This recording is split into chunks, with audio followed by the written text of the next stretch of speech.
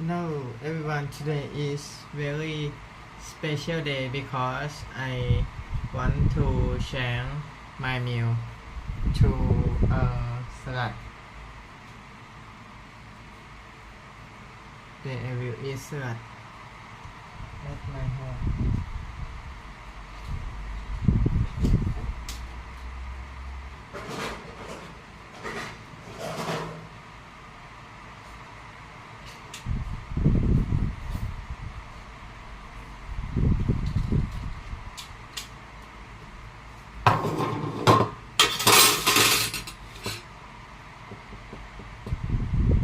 เธอต้องใช้ข้าวเท่าไหร่นะจ๊ะกะเอาอะถ้วยหนึ่งปะมันมีถุงถ้วยแล้วเราก็เทใส่หม้อให้มันทั่วตูดหม้อ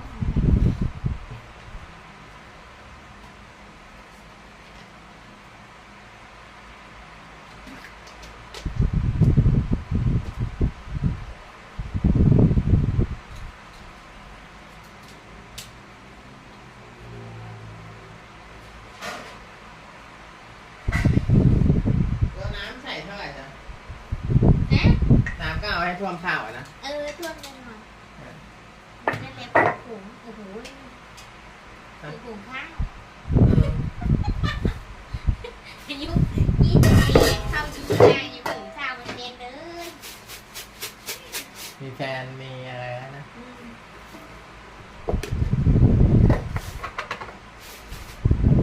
นี่เดี๋ยวจะใช้แก้วนี้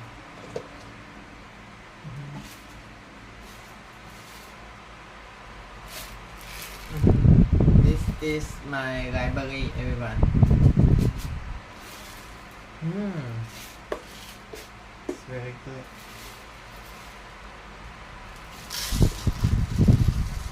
ประมาณไหนดีเธอถ้วยหนึ่งได้ปะก็ให้มันทั่วตูดก้นหม้อนะแต่ว่าเต็มให้มันทั่วหม้อนะมันถ้าอยากไปยังไงมันก็ทั่วนั่นแหละใช่เหรอ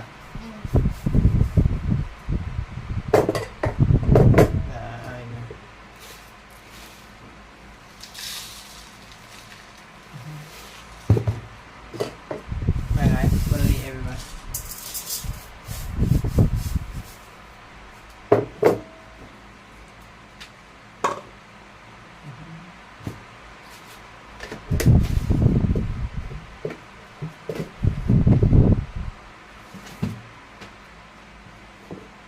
ใช้น้ำเปล่านะค่ะน้ำเย็นนั่นแหละไม่ใช่เอาเหล้าเบียร์มาหุงข้าวที่ไหนก็น้ำเปล่าแบบนี้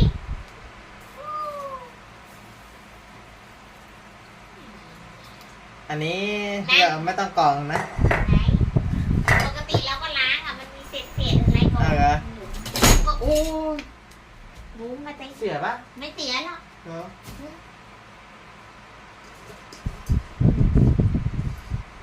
ประมาณนี้นะไม่ต้องล้างนะใส่อีกนิดหนึ่งนะมันไม่ท่วมข้าวเลยเนี่ยต้องให้ท่วมด้วยพอแล้ว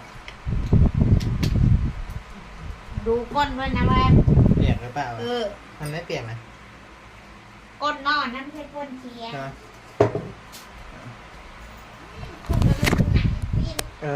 หาผูกข้าวใส่ช้อนน้ำท่วมไม่ท่วมใส่น้ำเปล่าใส่อะไรจ้าคนไม่ได้หุงข้าวนะไม่เคยจ้าอยู่คนเดียวไม่กินข้าวอาหารตามสั่งกินแต่อาหารตามสั่ง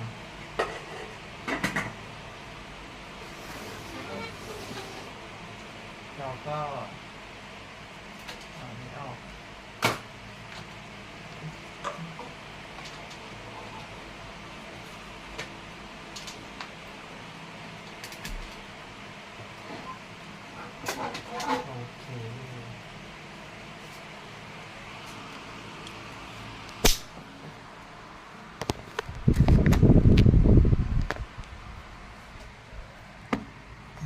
I will make my nutty pudding.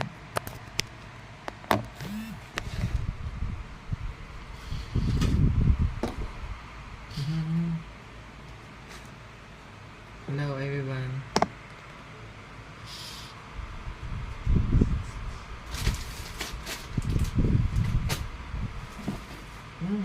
แบบนั้นนะนิ้ว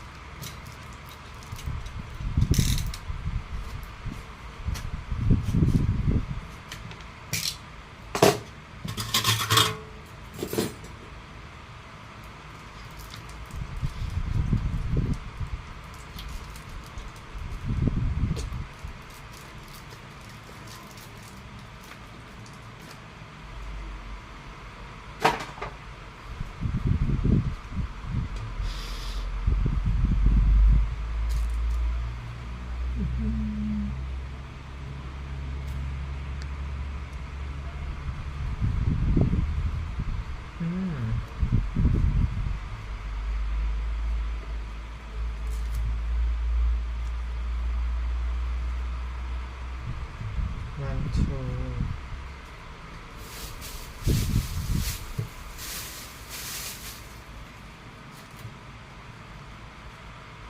now 33 people 3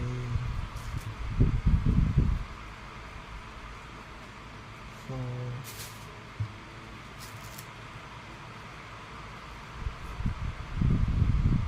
5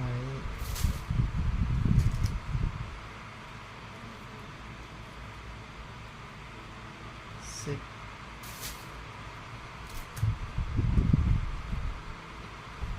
7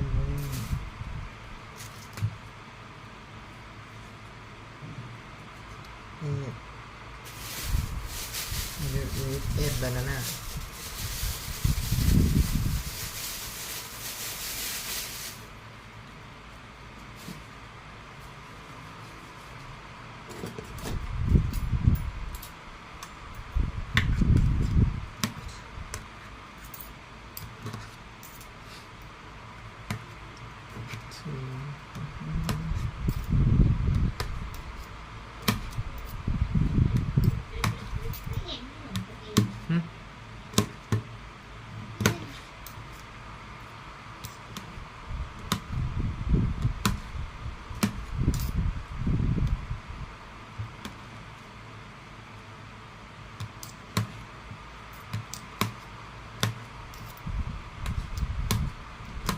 make the big banana into a little piece is will easy to eat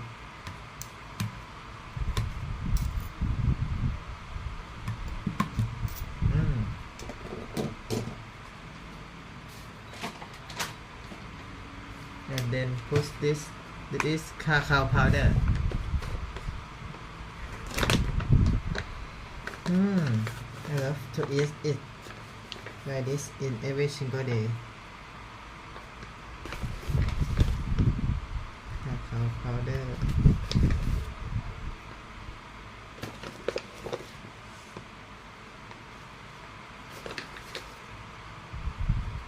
it's like chocolate powder it's but it's different from the process that's making this cacao โอ้ยเดี๋ยวจะเลี้ยงหมาก่อน ทำไมอ่ะ นี่จะไปขายของเดี๋ยวเย็นจะเลี้ยงหมาเลี้ยงแมว This is pea protein powder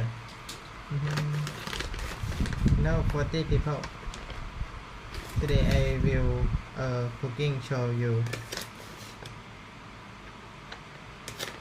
today I have a new menu is salad I will eat salad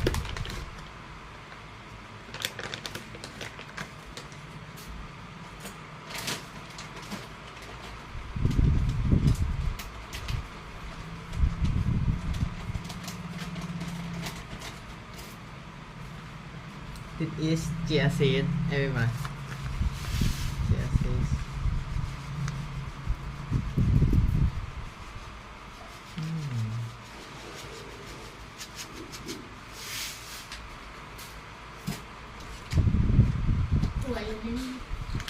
Okay. And golden flaxseed.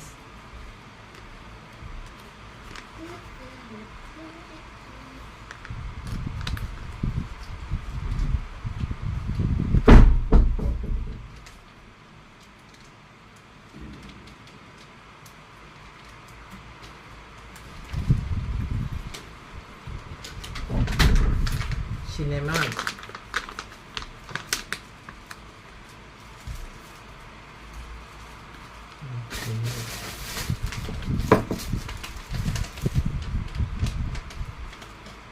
ภาษาอังกฤษเรียกว่าอะไรไก่ย่าง อะไรเหรอchicken grill สเกนกริลด็อกกินด็อกใช่ไหมหมาด็อก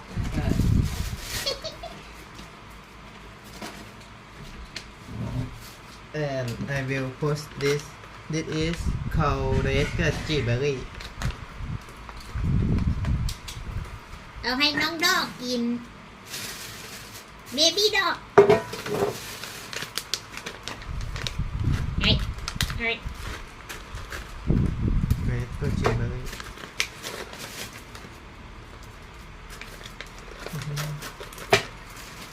You can put as much as you want.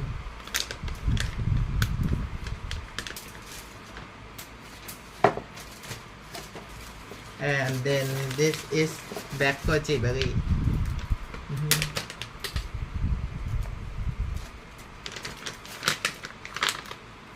Hmm. เขาใส่สีเยอะมากนะ ร้านไหนอ่ะ ร้านที่นี่ที่เง็กที่ดอก And then olive oil. Organic extra virgin olive oil. มันตากแดดไม่ได้ว่าอันนี้ร้อนนะ อะไรอ่ะ ไม่ได้ว่าเพิ่งย่างมาร้อนมันตากแดด มันใกล้ร้อนนะ แต่ว่าสตรอเบอรี่เธอไม่ได้เอามานะไอ้ที่นี่นะ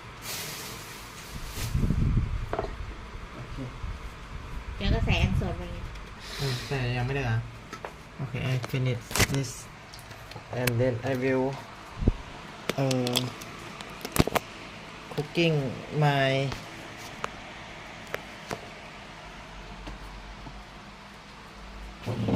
salad. Today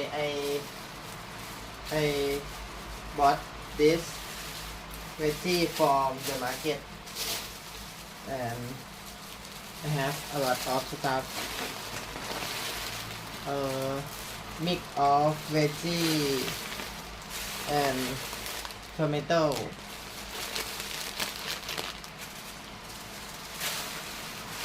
and a lot of veggie and this is shiitake mushroom. Okay, let's go.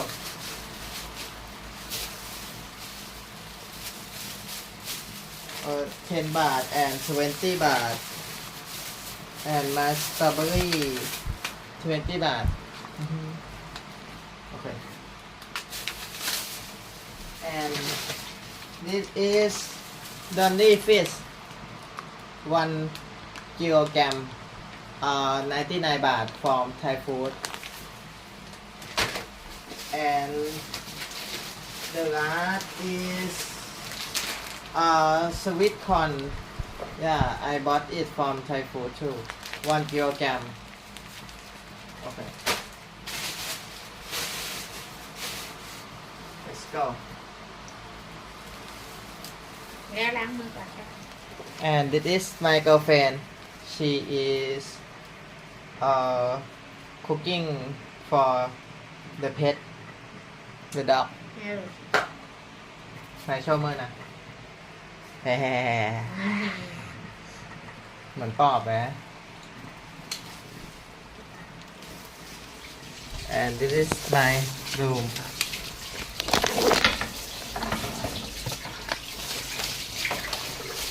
and this is my kitchen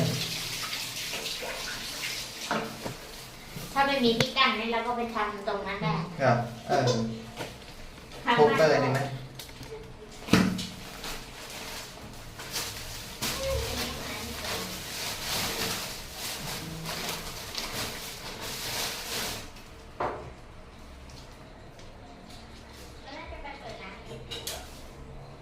สตรอเบอรี่คืออะไรเอาไป ถุงที่เจ๊ซื้อมา ไอ้พวกนี้ปลากับข้าวโพดมันต้องล้างปะ ไม่ต้องเรามันล้าง ปลาเหรอปลาก็ไม่ต้องเหรอ ล้างน้ำก็ได้ล้าง เดี๋ยวมันเริ่มทำจากยังไงครับแล้ววันนี้ผัดผักมันต้องล้างอีกปะ ต้องแยกของปูไง อ๋อ เขาไม่ได้ล้างหรอก แล้วบรอกโคลีมันต้องต้มอีกไหม ต้มนะ ต้องต้มอีกเหรอ ที่เขาเอาแพ็คมาอย่างเงี้ยนะ ต้มมันสดนั่นน่ะ อ๋อ ไม่ต้องกินสดหรอกลวกๆอ่ะ คือทุกอย่างต้องลวก อ๋อโอเคจ้ะ นอกจากผักที่เจ๊ซื้อพวกนี้ไม่ต้องลวก ไอ้ผักอันนี้ แล้ว นะ ก็อันเนี้ยพวกผักเขียวๆนั่นน่ะไม่ต้องลวกได้นั่นน่ะ ไหน แต่ว่าล้างน้ำเนี่ย อันนี้คือกระหล่ำม่วง สีม่วงๆกินสดๆได้เจ๊ก็หยิบออกแล้วเลย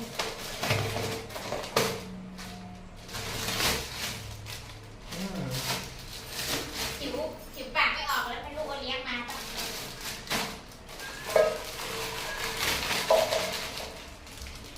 อ่า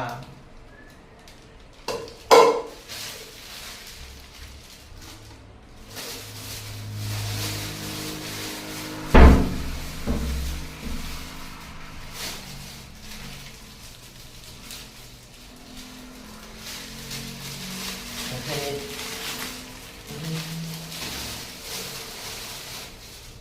ก็เก็บมาชูจุ๊บusually my girlfriend making my meal for me it's very long time that I will make it today I worry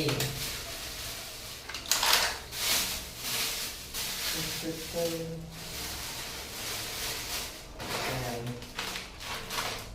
tomato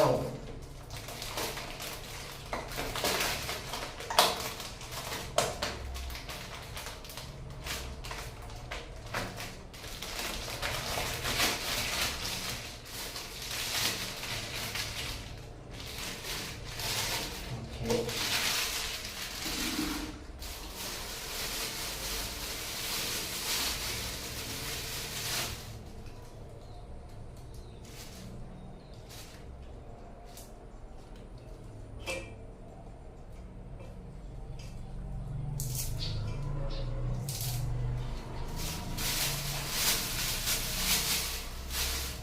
I will clean the veggie first.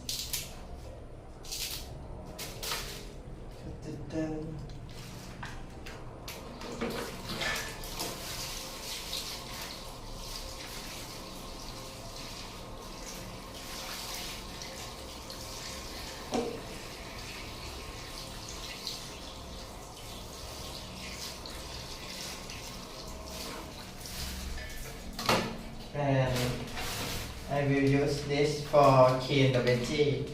This is called baking powder. My doctor told me that it will clean 90% then salt.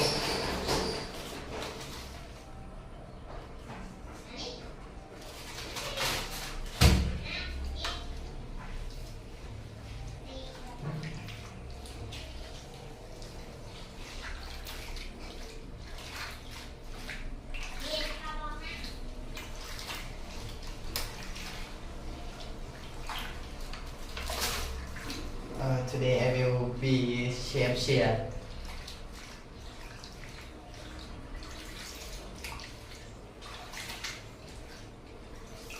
Today I have I don't have much my mission and I finish it early and then I come back my home to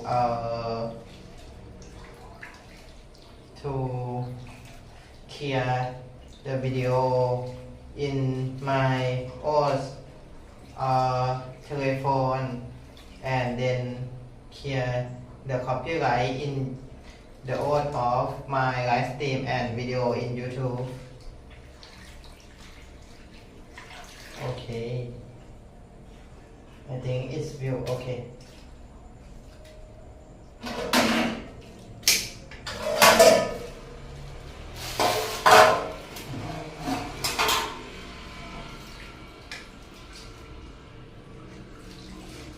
I will heat it a little.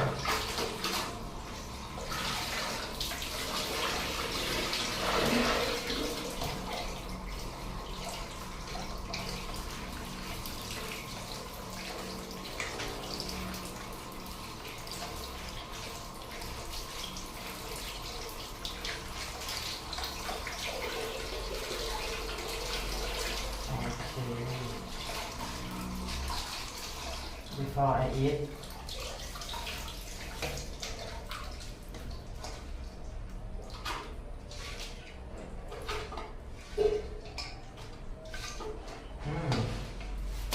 finish.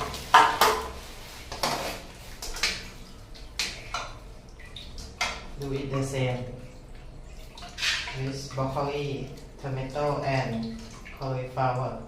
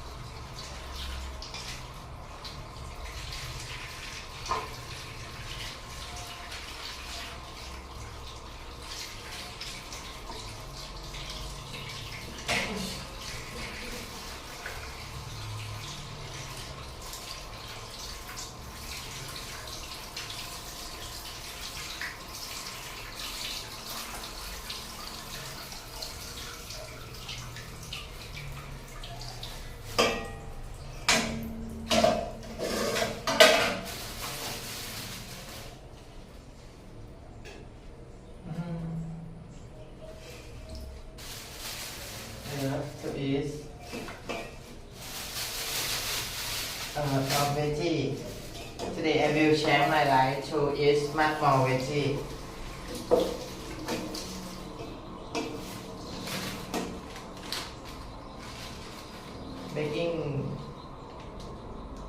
Baking powder.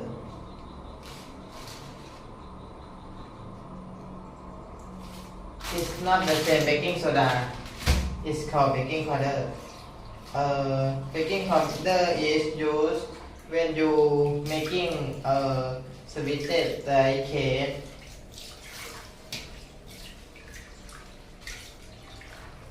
You make a dessert.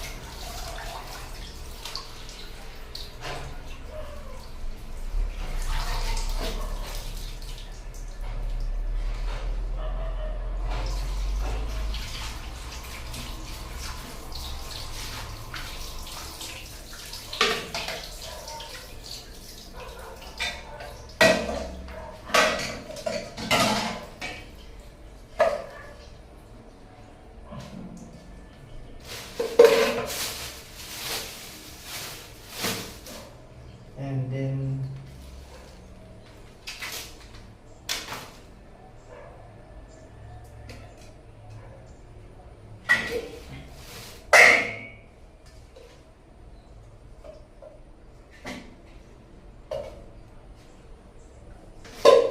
I think I will put the veggie in this.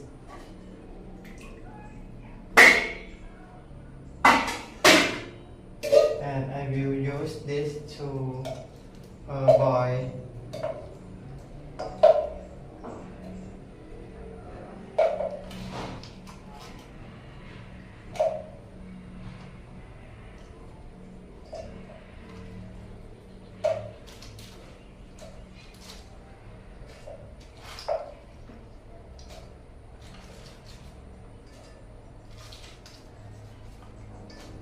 Okay.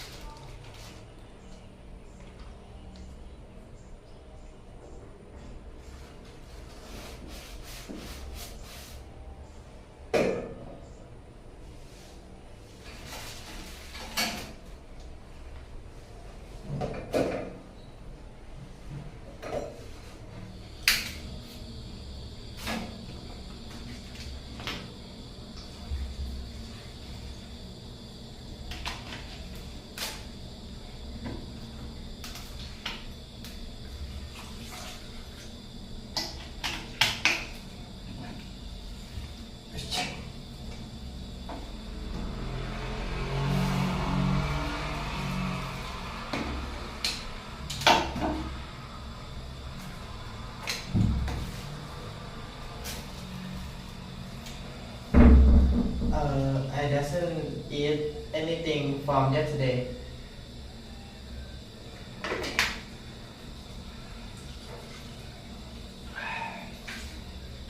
Today I will eat one meal a day.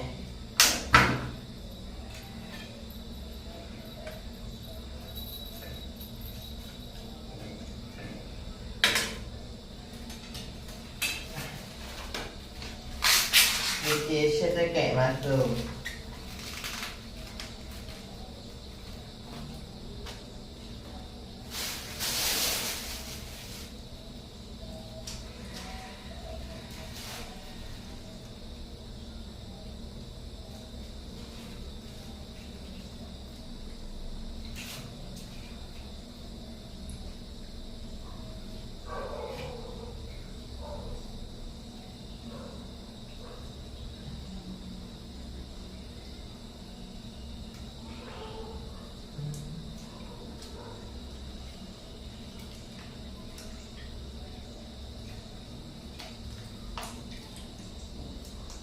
Okay.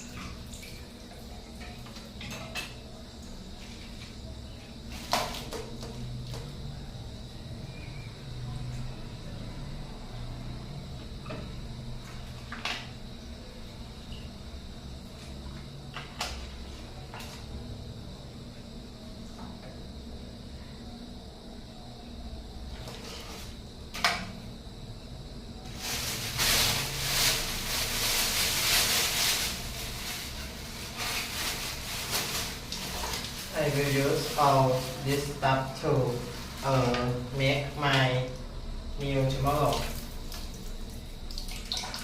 Okay.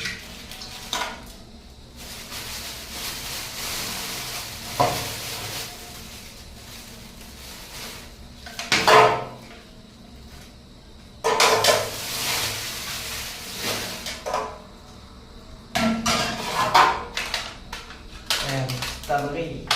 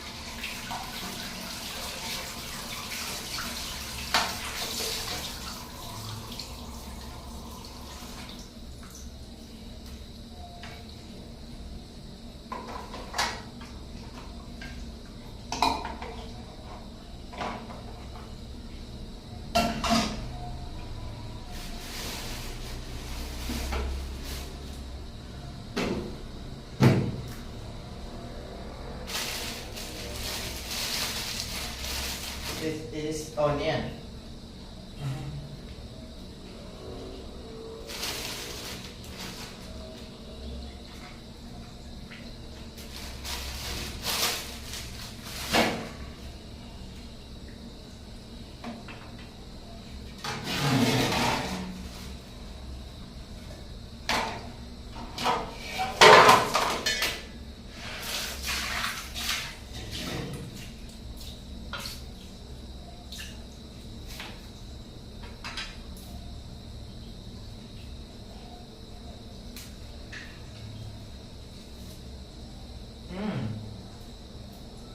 Smell good.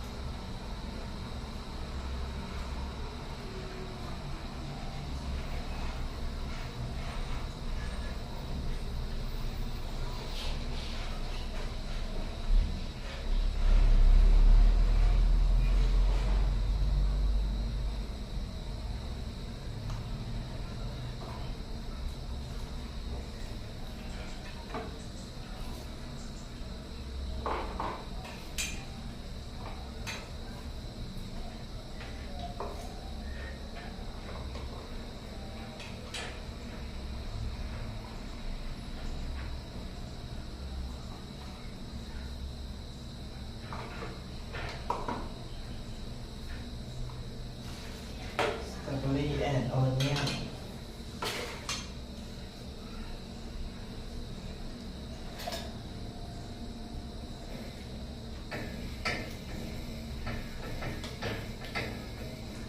Okay, I think it will already done.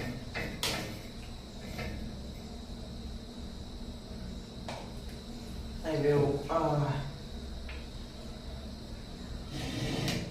take out some shiitake mushroom first and cut it to a little piece.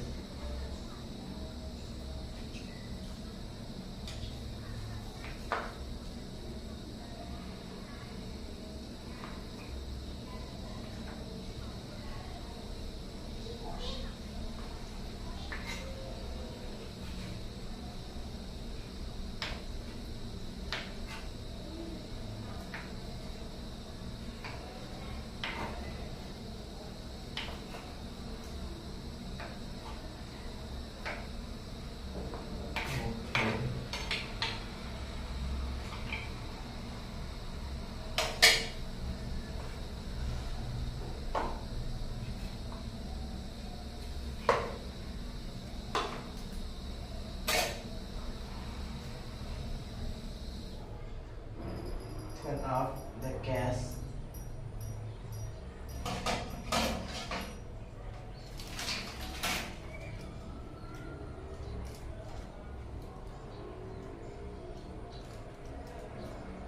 You should beware when you touch it because it's very hot.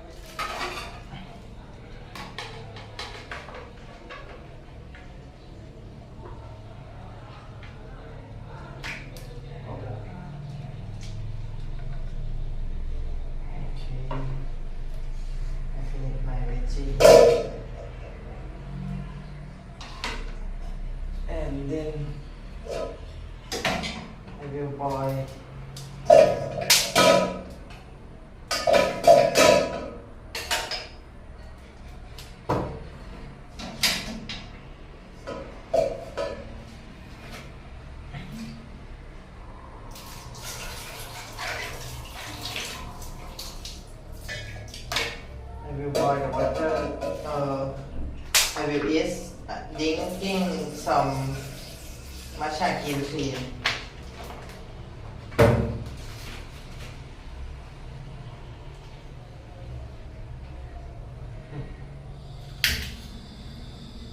Okay.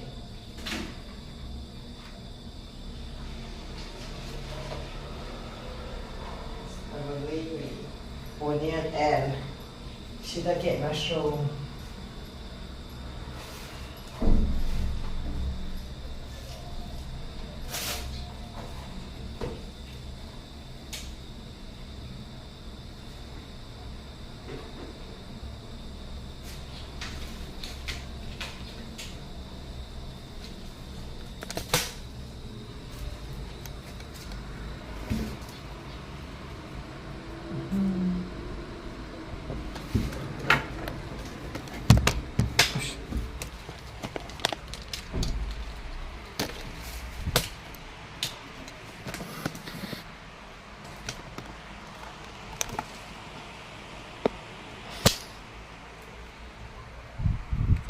Okay, I have two tripods.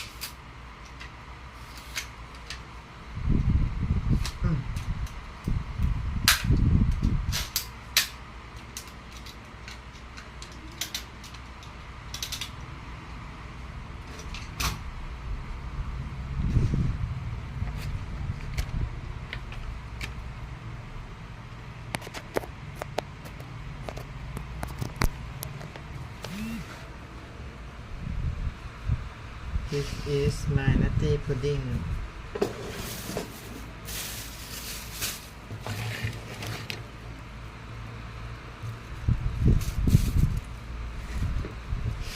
And I will make my salad.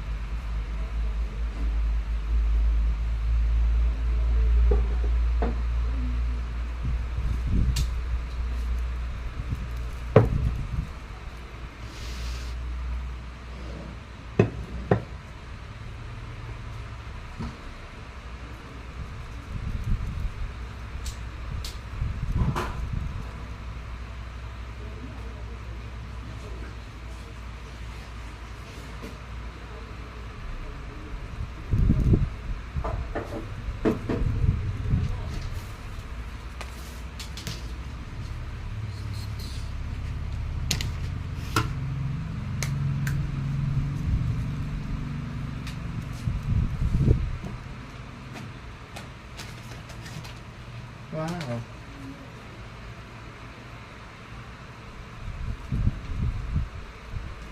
Oh, first time in my life.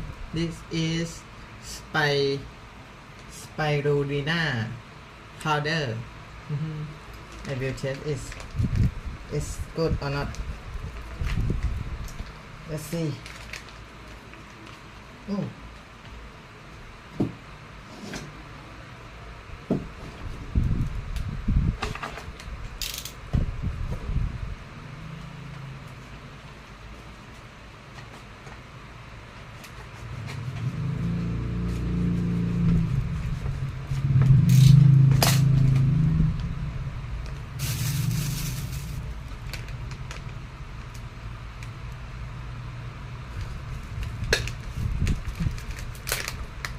Oh. It's very dark green.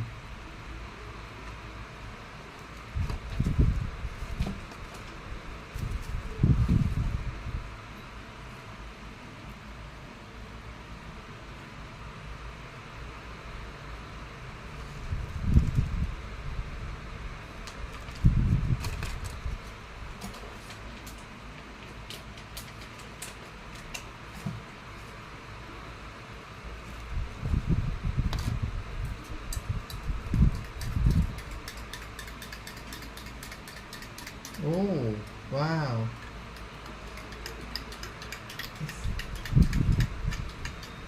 It is spirulina powder. Wow.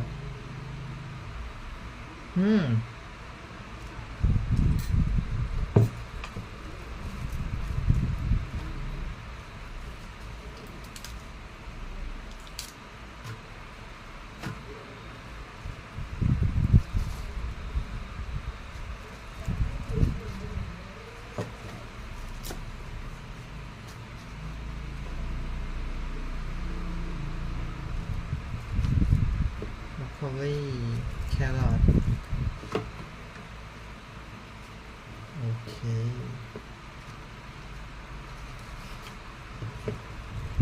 Carrot.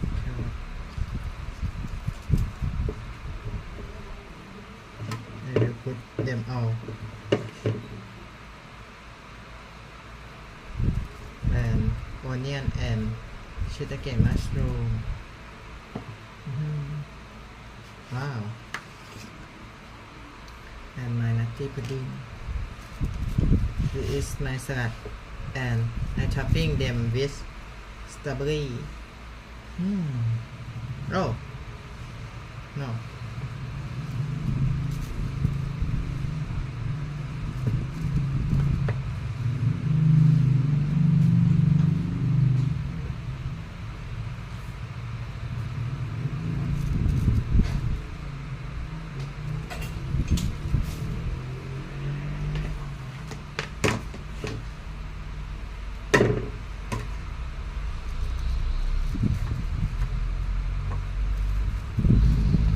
Wow, it's very amazing.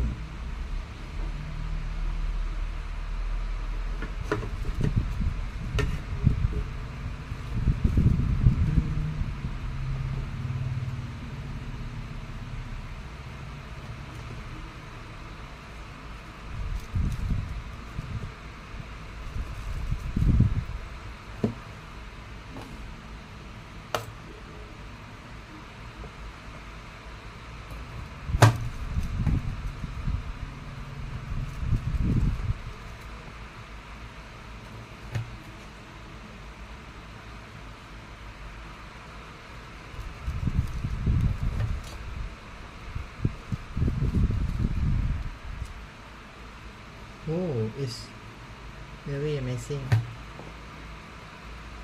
Love to eat it.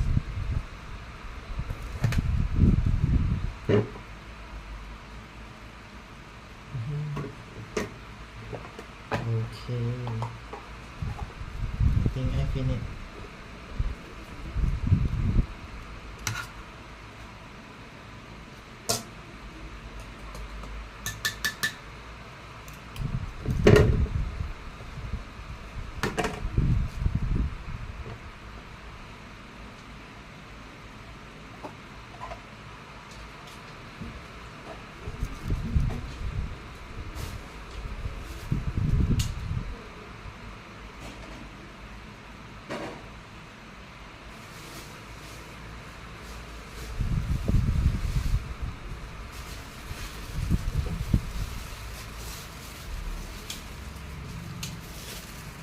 I will use my veggie to eat tomorrow.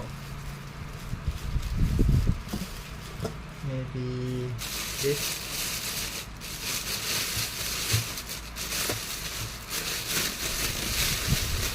Okay. For tomorrow.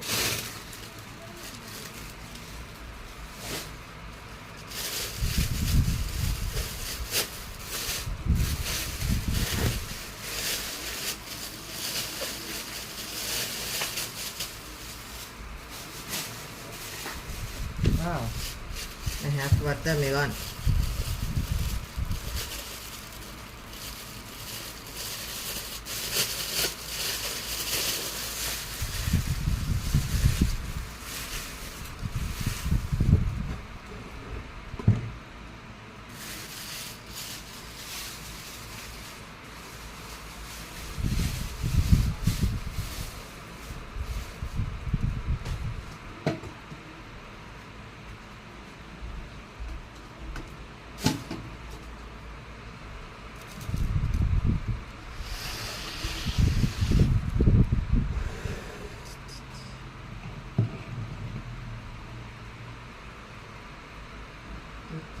Oh, I forget my library.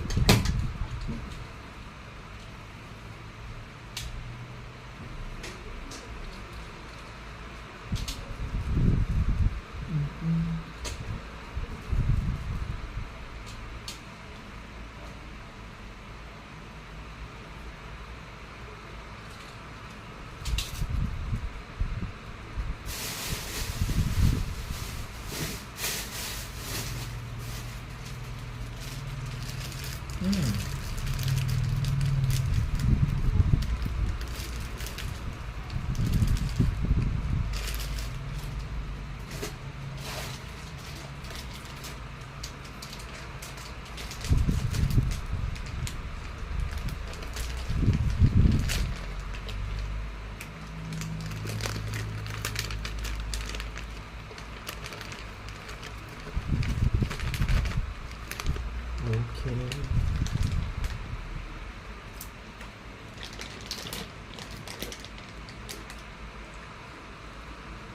Right.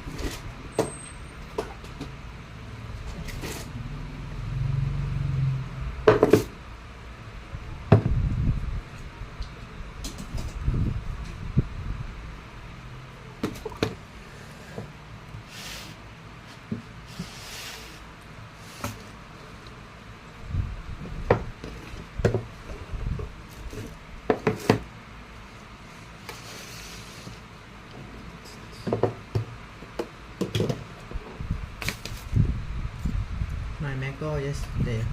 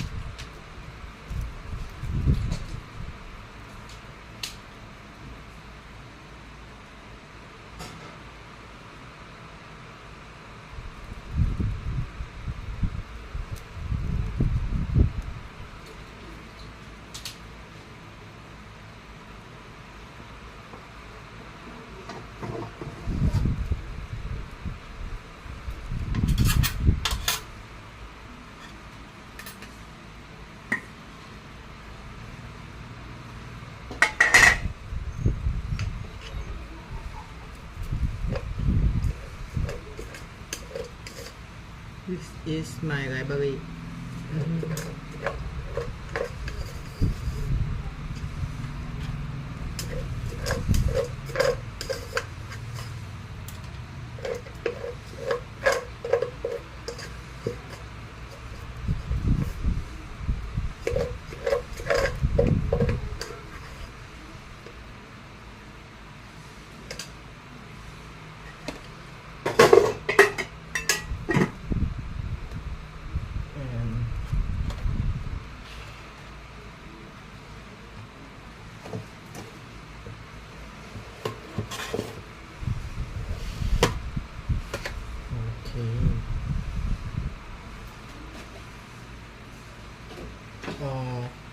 Oregano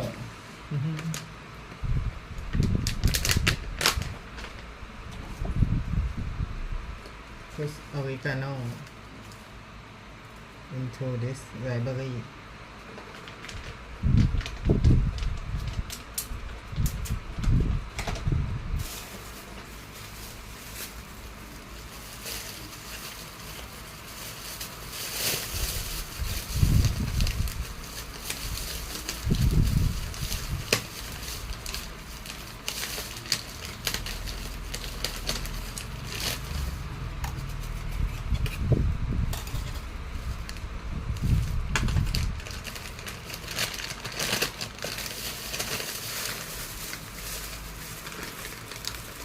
Two chop.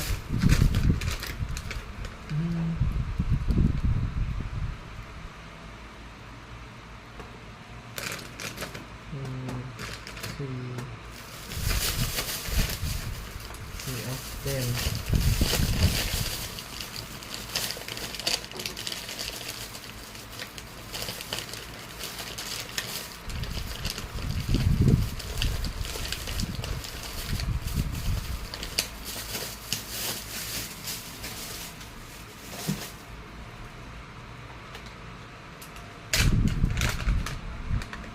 Curcumin.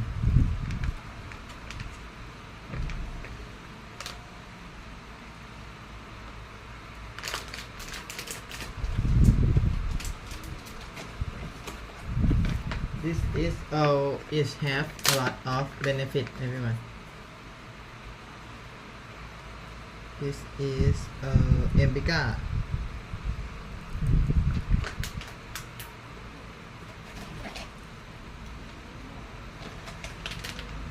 Psyllium husk.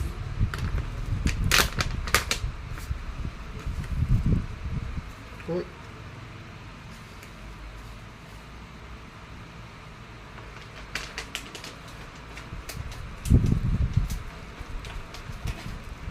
Finger root.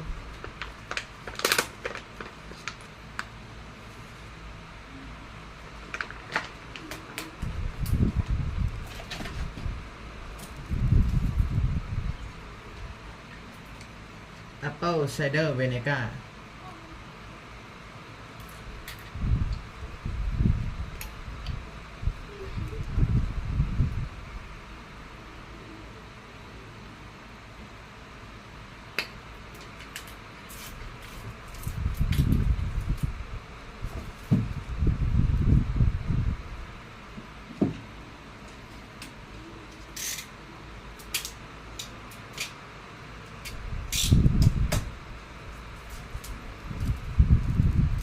This is coconut oil. Here. I use salad with coconut oil.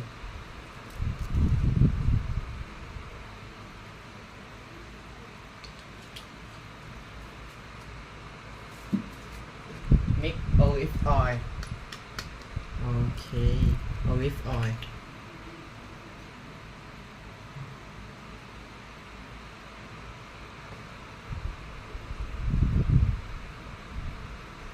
Olive oil is a good fat.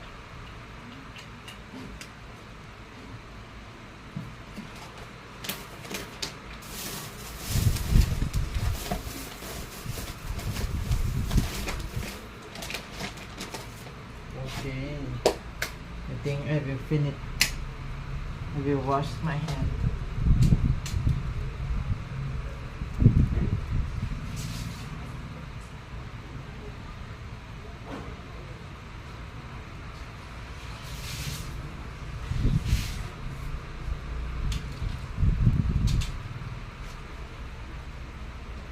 Oh, I forget this.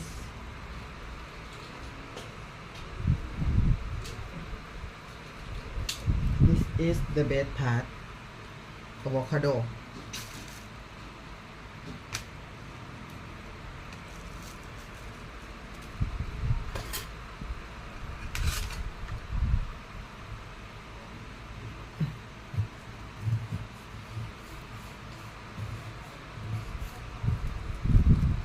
Avocado is superfood.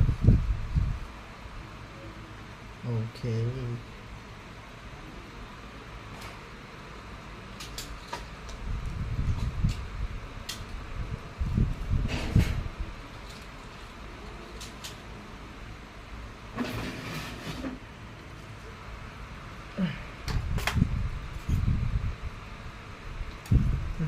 avocado.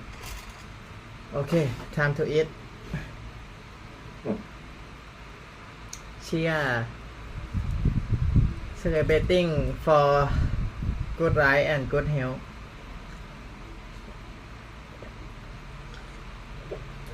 First time in my life to eat this spirulina.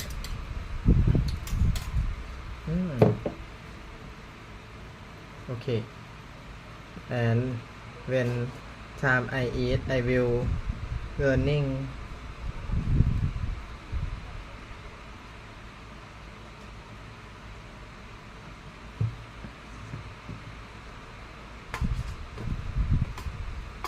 what time is it now? Oh, 7.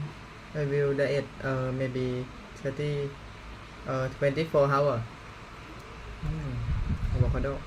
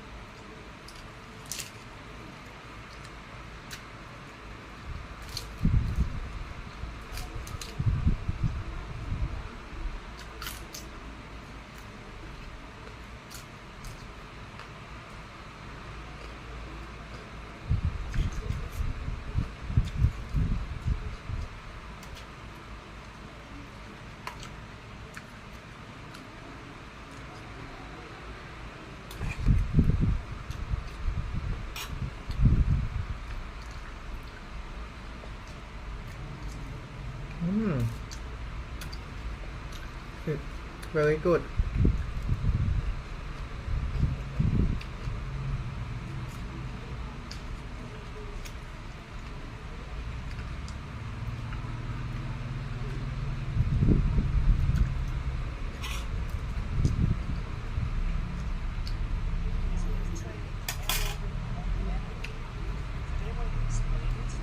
Set some good goals both for your fitness and your health. Is HIIT training aerobic or anaerobic? Today we're going to explain it so that you can set some good goals both for your fitness and your health. Hey, I'm Dr. Stan Ekberg with Wellness for Life, and if you'd like to truly master health by understanding how the body really works, make sure that you subscribe and hit that notification bell so that you don't miss anything. There's a lot of confusion about training and aerobic, anaerobic, cortisol, blood sugar, so we're going to talk a little bit about this today so that you can set some good goals and understand why you're doing it depending on what your health and fitness goals are. So let's assume that you have a resting heart rate of about 60. That's if you're in pretty good shape. A lot of people are anywhere from 60 up to 80, so if you can get it closer to 60, then you've got a stronger heart and a little bit better oxygen utilization. So that's about 30% of your maximum heart rate. And from 60 up to about 120 is what we call the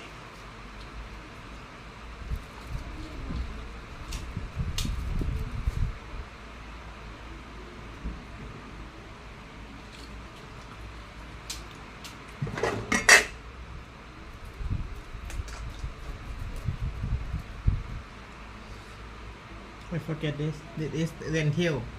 It's a lot of protein.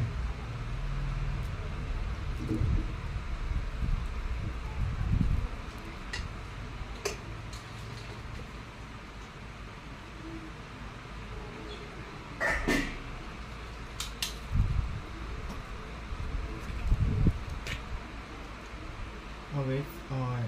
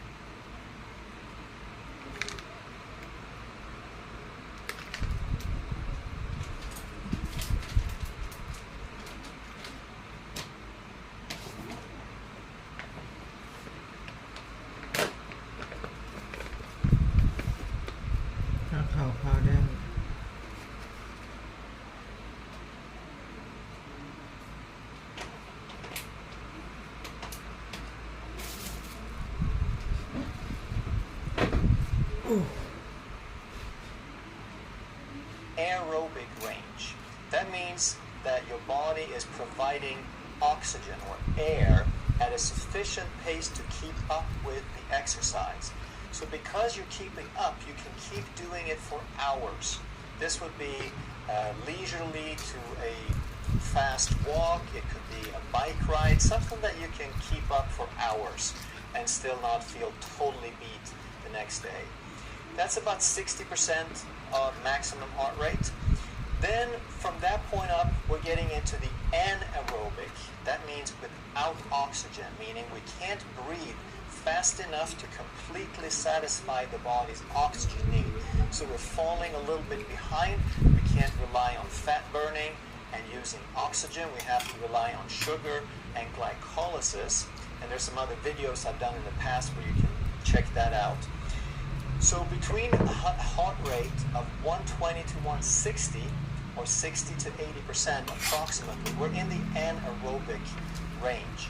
Now we're huffing and puffing, and we can keep it up not for hours but minutes. We can push it and do it for 20, 30, 40 minutes if we have enough willpower, but it's sort of painful and we're totally beat afterwards if we do that. And then we get into what we call high intensity interval training.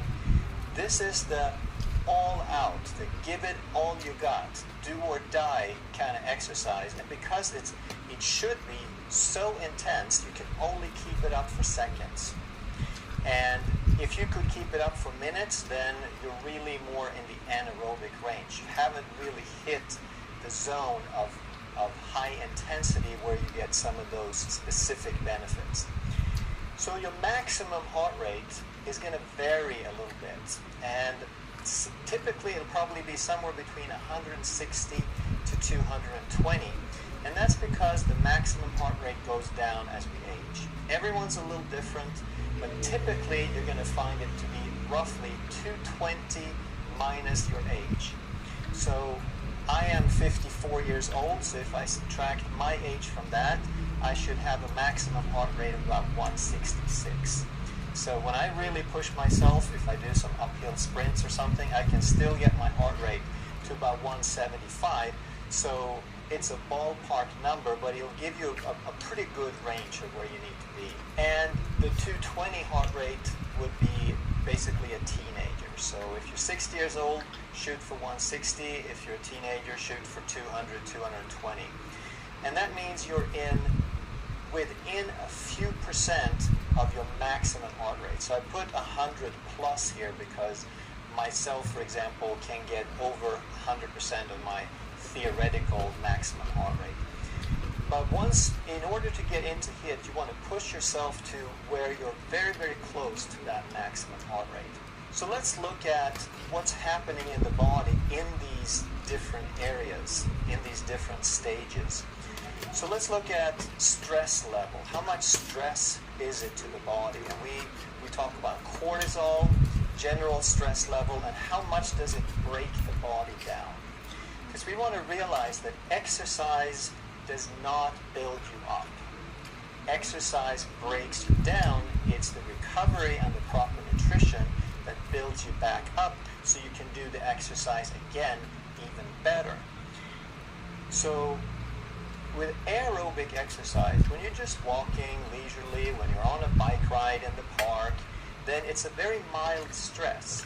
So you're not making much cortisol and there is not much breakdown. So there's not much need for recovery or rebuilding. There's no challenge. You don't have to get better really to do the bike ride next time.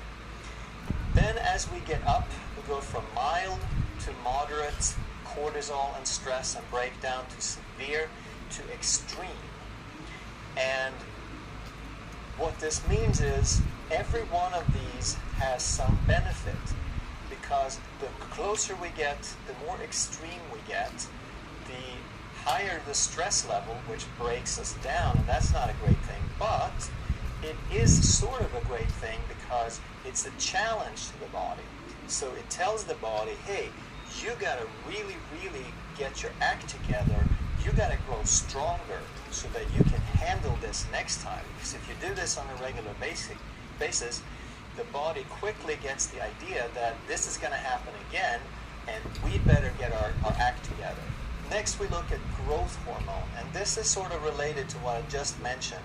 Growth hormone is a rebuilding hormone. It's a rejuvenating hormone. It's extremely powerful for anti-aging, so powerful that they often give it as a drug.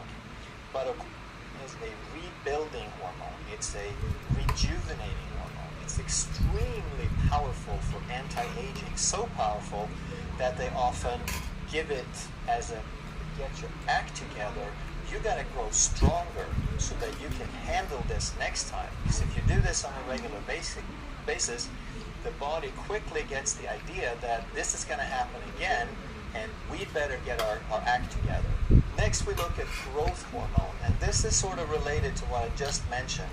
Growth hormone is a rebuilding hormone. It's a rejuvenating hormone. It's extremely powerful for anti-aging, so powerful that they often give it as a drug.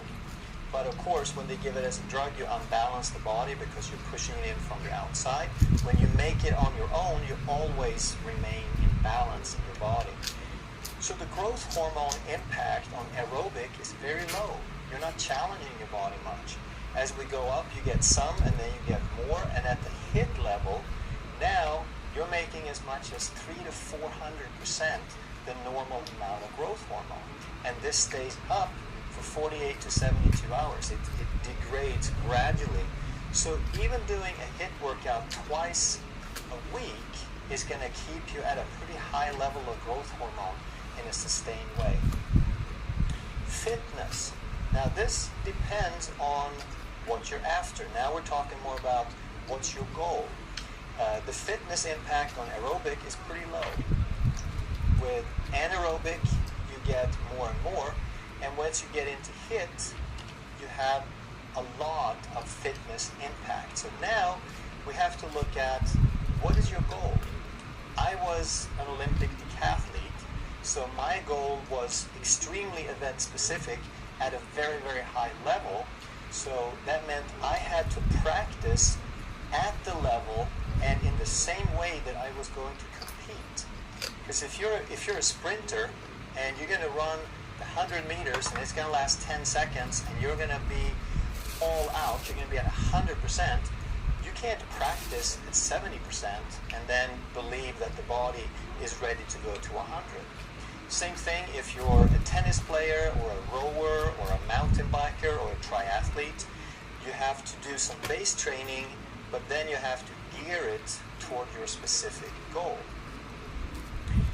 Now, let's look at what some different goals might be. So obviously, if your goal is fitness, if you are a triathlete, then you got to figure out how to balance this in a way to fit your event. If you're a triathlete, you're going to spend a lot of time right around the lower end of anaerobic because you're going to be going for 6, 7, 8 hours. So you can't be up in here because you couldn't sustain it, but you also can't be down here because then you're not really getting the fitness level that you need. But let's just say someone's goal is health.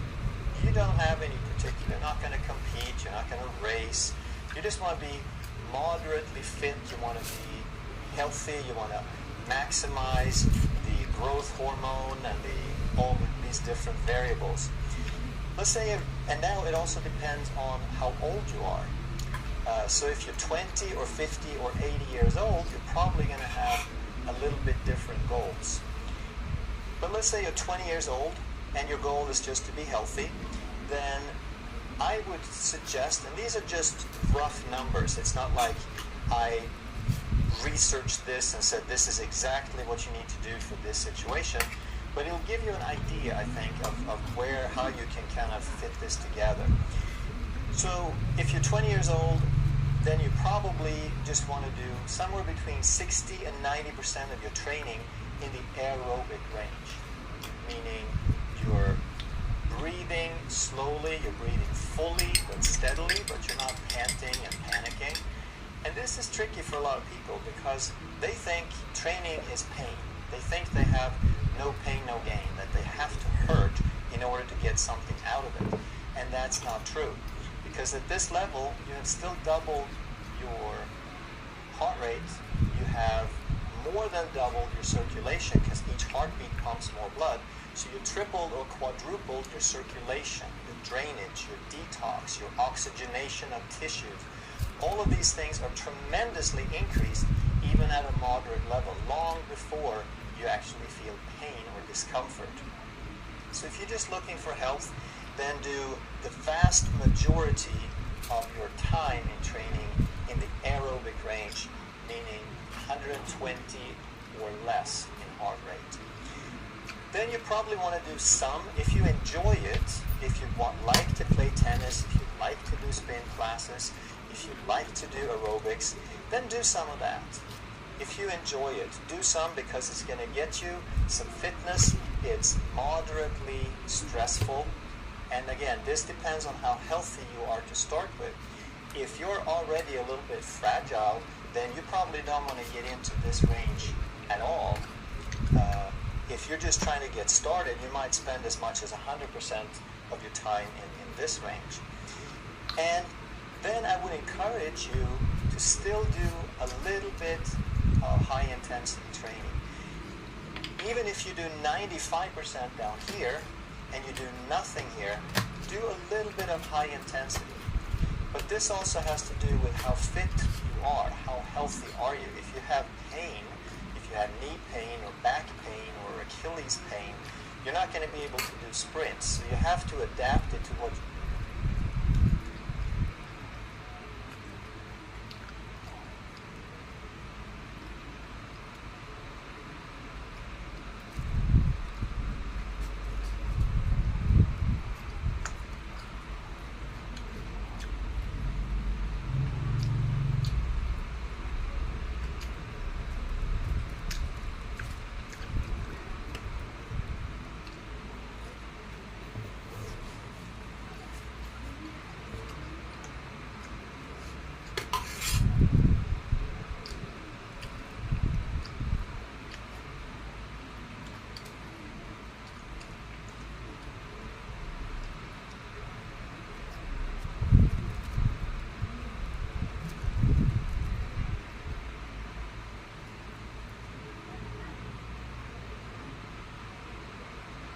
Achilles pain.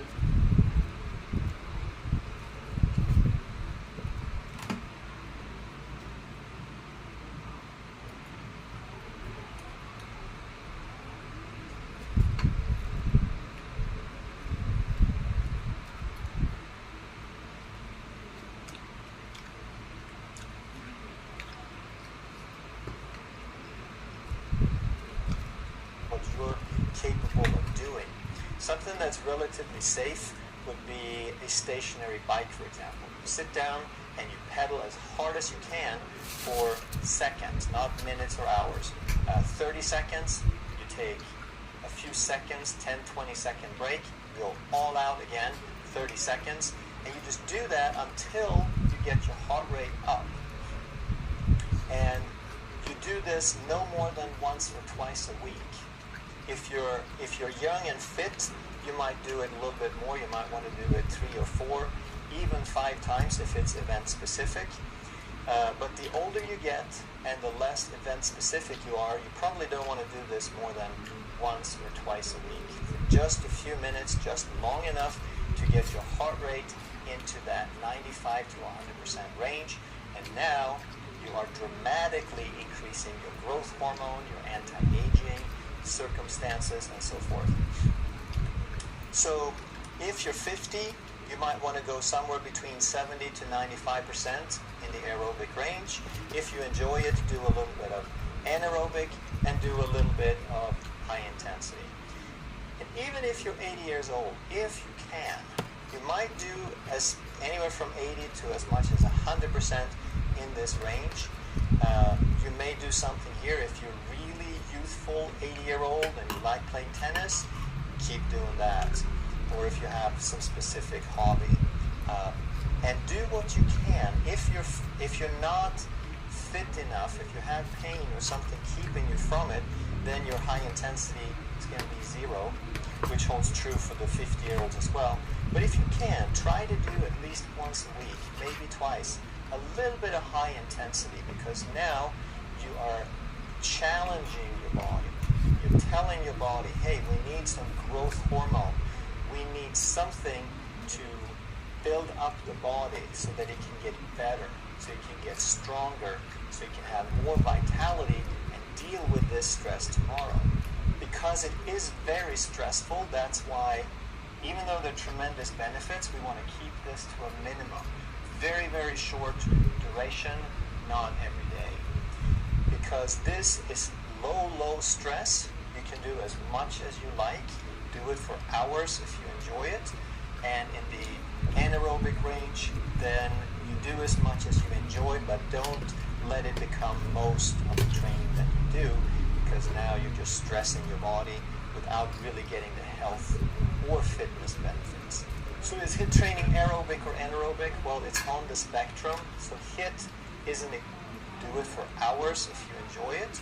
And in the anaerobic range, then you do as much as you enjoy, but don't let it become most of the training that you do, because now you're just stressing your body without really getting the health or fitness benefits. So is HIIT training aerobic or anaerobic? Well, it's on the spectrum. So HIIT is an extreme version of anaerobic. Stay tuned to our channel so you can learn more about health. Make sure you subscribe and hit that notification. And share this video with as many people as you can, because there's a lot of people who want it. Hello, health champions. Everybody wants to lose fat fast. They want to drop the weight quickly. And exercise is certainly a good add-on to make that happen. But which is better? Should you do a high-intensity interval training, or should you do a steady-state cardio? Coming right up. Hey, I'm Dr. Ekberg. I'm a holistic doctor and a former Olympic decathlete. And if you want to truly master health by understanding how the body really works, make sure you subscribe and hit that notification bell so you don't miss anything. So first of all, I want to remind everybody why we really exercise. It's for brain activation, for hormone balance, improved circulation, anti-aging benefits, better balance, physical fitness, coordination, better quality of life overall, and as we're going to talk about in this video, of course, fat burning. Now, some people would put calories on that list, but that's just kind of so silly. We're just going to cross them off and talk about the stuff that really matters. What do we mean when we talk about HIIT versus cardio? HIIT is high-intensity interval training. And high-intensity means you get your heart rate up above 90% of your maximum. If you're not really fit, you don't want to start there. You want to work your way up to that. And interval training simply means we have short bursts of intense activity mixed with periods of rest and recovery. And when the intensity is that high, then we can only keep it up for seconds. People often mean the same thing when they talk about cardio or aerobics. And what this means is we have a medium intensity. It is a lot lower than the 90%, somewhere around 70%, give or take. Some people can push it up a little bit more. And oftentimes we talk about cardio as a steady state. So if you did something like a spin class, even though you might have variations, you might have higher or lower intensity within the workout, you're not having longer periods of complete recovery like we do in the high intensity. And because it is a lower intensity or a medium intensity, we can keep it up longer. This one, we just would fall down if we try to go longer than seconds. But here, we can actually keep it up for 30 to 60 minutes. So which one is better for fat loss? Well, it depends. Let's first understand what's happening at different levels of exercise. So if you're 40 years old, as an example, then your maximum heart rate would be 220 minus your age, or 180. So then you just put in whatever age you have and you come up with a number. And that's a good rule of thumb. It's not going to be exact. You might be 10 or 15 or 20 points higher or lower, but it'll give you a good idea. Then your heart rate, your full range of possible heart rates would be all the way from resting up to maximum heart rate. And you would be on a continuum from aerobic to anaerobic. And aerobic means that you are doing the exercise with air, that you're breathing and the oxygen provided is enough to completely burn the fuel and provide energy for the activity. When you have a more intense activity, then the oxygen is no longer enough. You can't breathe fast enough to supply all of the energy needed, and then you switch into the anaerobic range. And this is where it's really kind of ironic that people call it aerobics, but in effect it's anaerobic. So the thing that we refer to as steady state cardio or aerobics, we don't really think that we're working out until we get into that range where we're huffing and puffing. We go to class and we warm up and we think it starts having effect when we start getting tired and panting and sweating. And by that time, we're not doing aerobics anymore. We have switched, right? And there's nothing necessarily wrong with that. We'll talk about the different nuances, but just remember that aerobics are not aerobic. So what are some examples of these different activity levels? Well, aerobic activity would include walking and slow biking and rollerblading. So as long as you did these at a moderate pace without huffing and puffing, they would be purely aerobic. But you could also do any of these at a faster pace. So if you push yourself and you walk faster or bike faster, now you could turn them into an anaerobe activity. And also anything that you typically go to a class for, like a step class or spin class, etc., those would qualify for anaerobic most of the time because you're probably going to get into the huffing and puffing when you do them. Also, any competitive sport, any team sport where you keep it up for 30, 60, 90 minutes would also be in the anaerobic range primarily. And HIIT, high intensity interval training, are things like sprints or running up the stairs in a stadium or doing burpees, activities that you couldn't keep up very long at all. Next, we want to understand the two sources of fuel the body has and how they change depending on activity.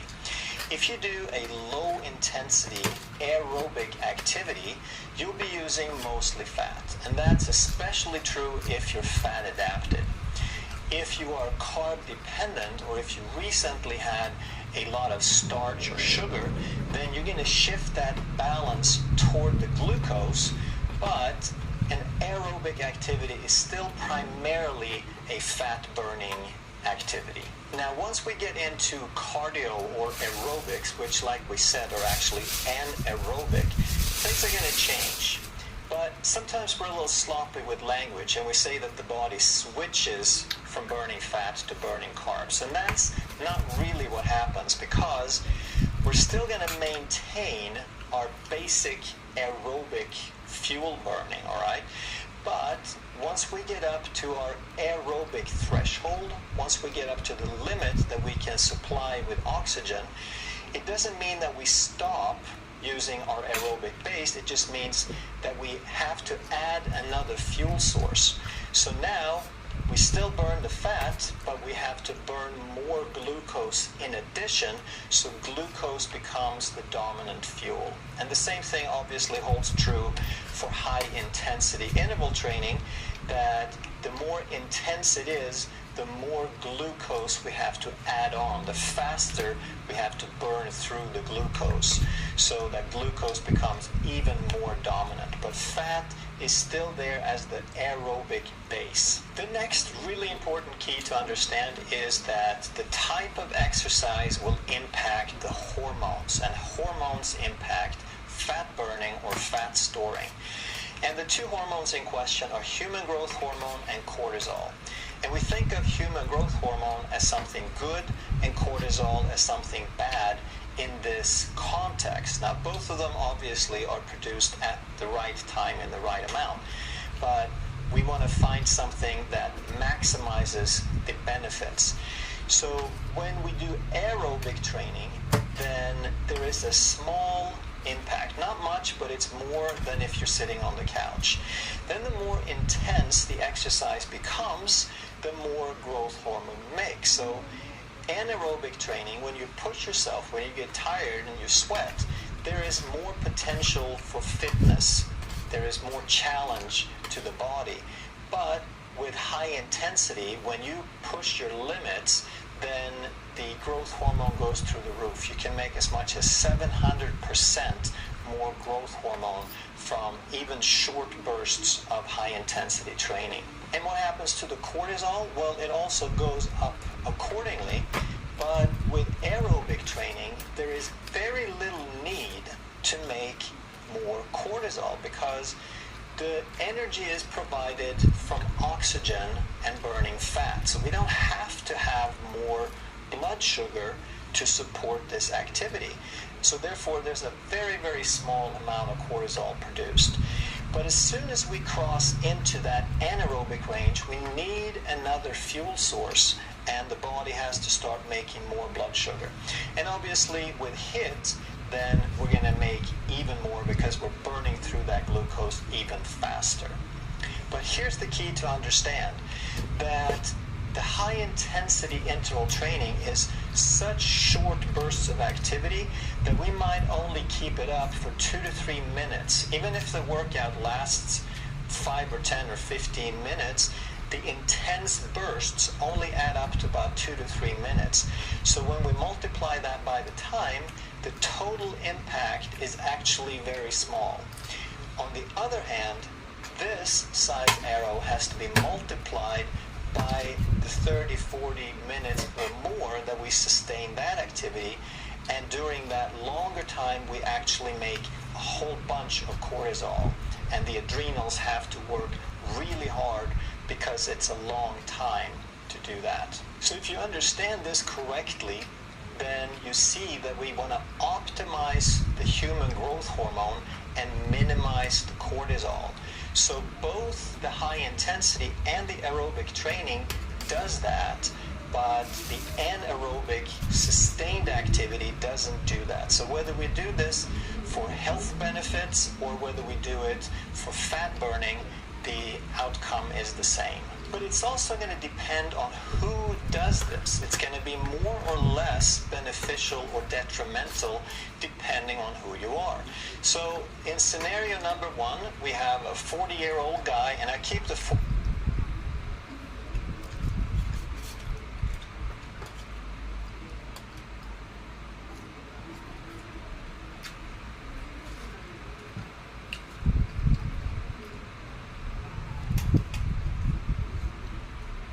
years just because he keeps my numbers the same, but you can change it out depending on your age. So let's say this is a lean person, he's fit, he's been working out all of his life. He played sports in college and he never stopped keeping in shape. He has healthy adrenals, he doesn't eat junk food, he takes good care of himself. And he probably doesn't have a whole lot of fat to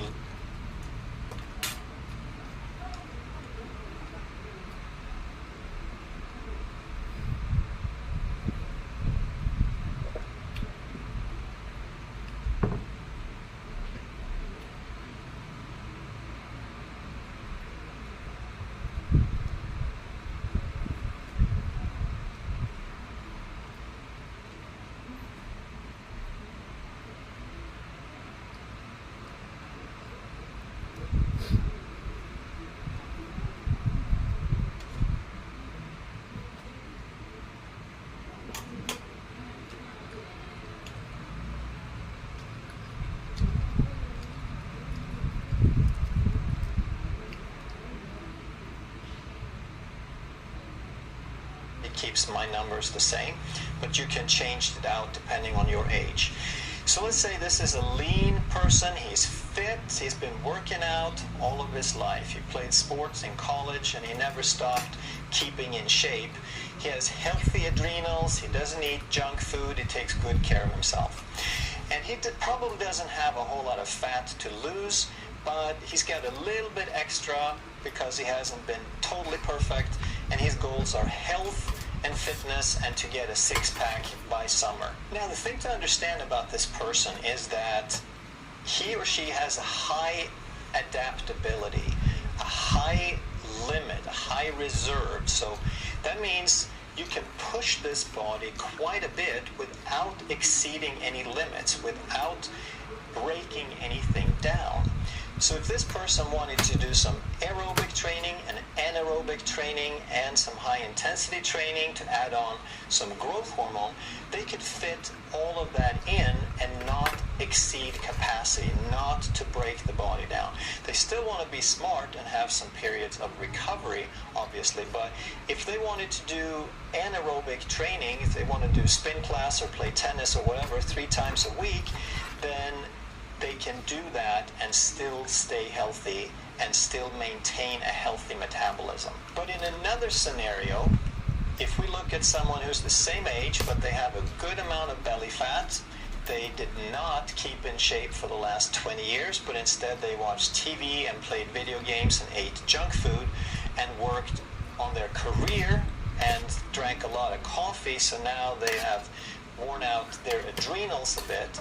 This is a completely different situation, and the goals are probably going to be different.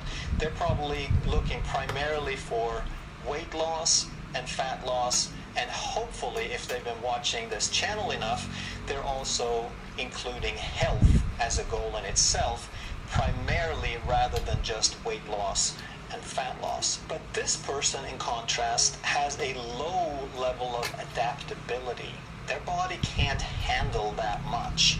They have low limits and low reserves. So the activity that the first person was fine with, it would break through the limits. It would exceed the threshold of what's healthy, and they would start breaking their body down instead. Therefore, this person would want to focus on aerobic activity. They could do as much or more aerobic activity, low-level activity. Remember, no huffing and puffing.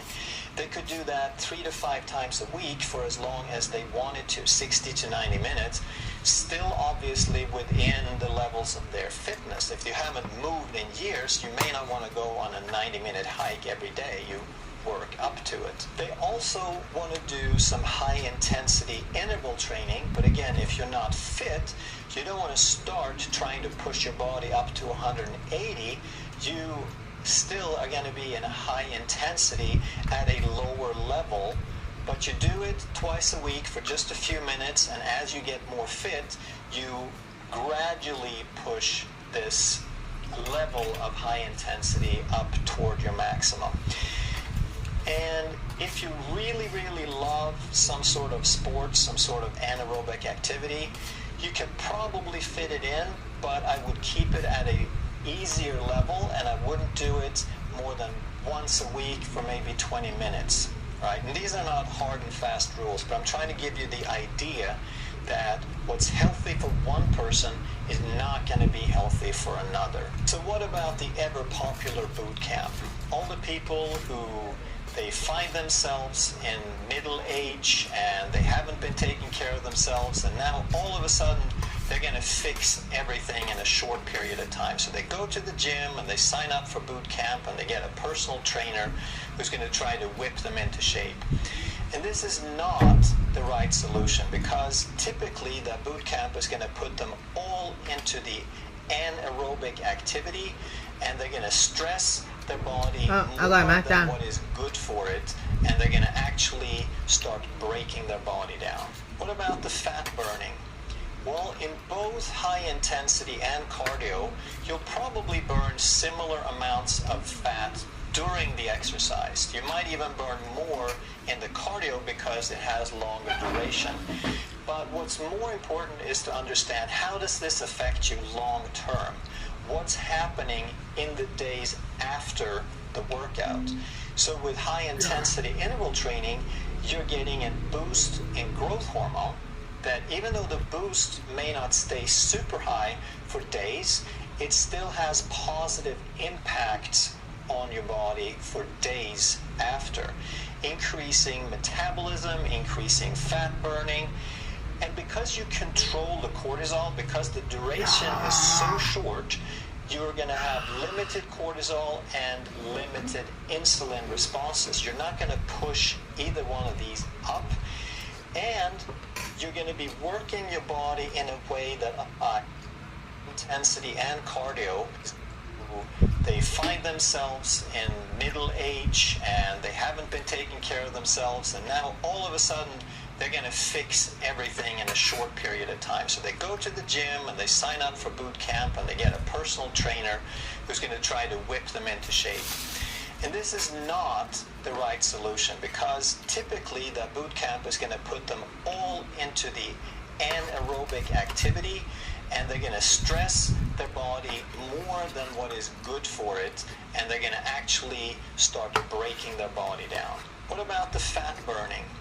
Well, in both high intensity and cardio, you'll probably burn similar amounts of fat during the exercise. You might even burn more in the cardio because it has longer duration.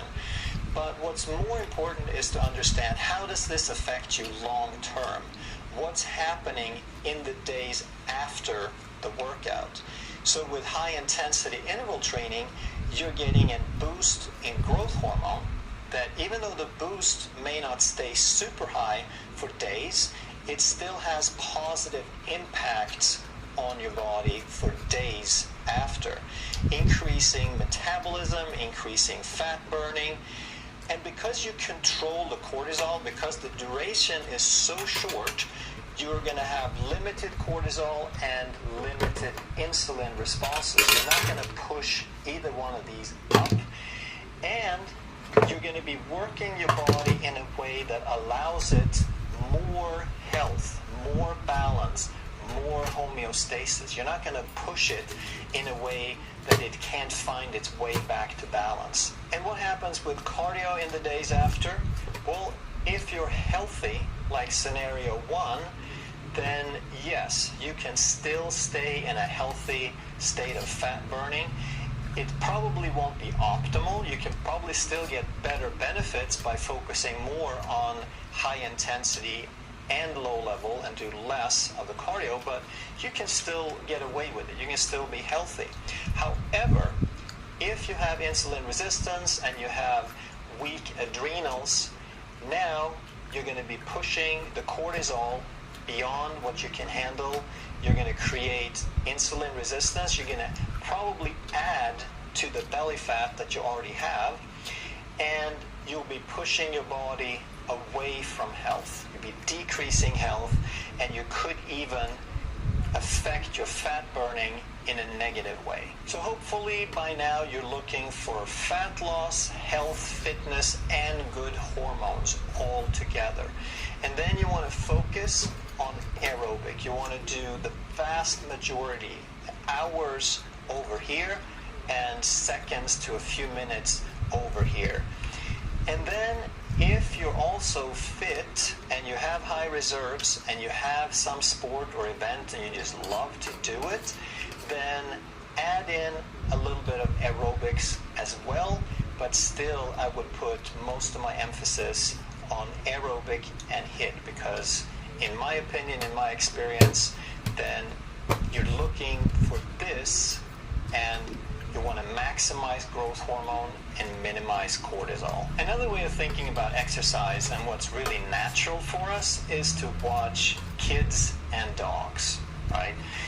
They're going to go running as fast as they can to pick up something. You throw them a ball and they run as fast as they can and they run back with it, and you throw it again and they run as fast as they can and they come back. And then what happens when they're tired is they stop. You throw the ball and they're not interested anymore. Same thing with the kid. They're going to go run and say, hey, look how fast I can go. But they'll only do it as long as it's fun. They're not going to get on a track and go 45 minutes around the track. They might say, hey, look what I can do just like Dad, but after 2 minutes they're tired and they stop. So that's how exercise should be. It should be play. It should be fun. And we're designed to go intense and then stop and rest. If you enjoyed this video and you'd like to learn more about health and how the body really works, make sure you which is better for maximum weight loss, walking or running? Every year, millions of people resolve to lose weight, but every year, millions of people gain the weight back. Is that because they did something wrong, or because they are lacking in character and willpower? A lot of people believe in the notion of no pain, no gain, that we have to suffer in order to get results. But is that really how it works for weight loss and fat burning? Or is that more of a cultural conditioning that we should be more deserving of success if we suffer first?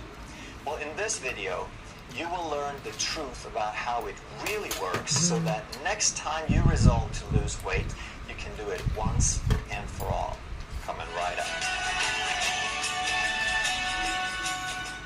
Hey, I'm Dr. Ekberg. I'm a holistic doctor and a former Olympic decathlete. And if you want to truly master health by understanding how the body really works, make sure you subscribe and hit that notification bell so that you don't miss anything. So the idea of losing weight and burning fat based on exercise like walking or running is based on the idea that we have to expend energy. We have to use up energy or calories, and therefore some of that energy is stored as fat, and therefore if we expend more energy, then we would burn the fat. And that makes a lot of sense, but it's not as simple as that.